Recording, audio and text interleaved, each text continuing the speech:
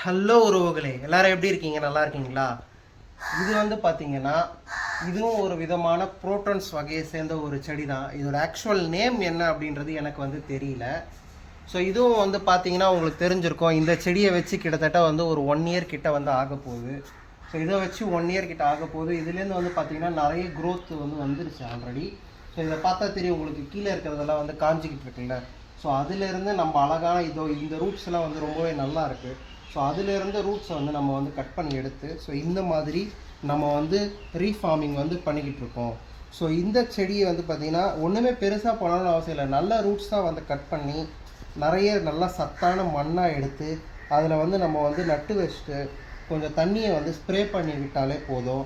10லேருந்து 15 நாட்களுக்குள்ளே இது வந்து நல்லா வேர் பிடிச்சி வளர வந்து ஆரம்பிச்சிடும். இந்த வகை வந்து பார்த்திங்கன்னா புரோட்டன்ஸில் வந்து பார்த்திங்கன்னா உங்களுக்கு வந்து பூக்கள்லாம் பூக்காது. ஆனால் இந்த இலைகள் வந்து பார்க்கறதுக்கு வந்து ரொம்ப அழகாகவும் ரொம்ப லுக்காகவும் இருக்கும். இது வந்து பார்த்திங்கன்னா இதுவும் நான் சொன்ன மாதிரி ஒரு செடி வந்து பார்த்திங்கன்னா இந்த பாட்டில் வச்சு கொடுக்குறாங்க. அதுவும் 150 ருபீஸ் வருது. ஸோ இந்த மாதிரி நம்ம பண்ணுறதுனால அதிகமாக இதோட ப்ரொடெக்ஷன்ஸ் வந்து அதிகமாகும். நம்ம வந்து சூப்பராக வந்து இதை வந்து க்ரோத் பண்ணலாம் நண்பர்களே. ஸோ இதோடைய உங்களுடைய கருத்துக்கள் என்ன அப்படின்றத கமெண்ட் செக்ஷனில் தெரிவிங்க நண்பர்களே.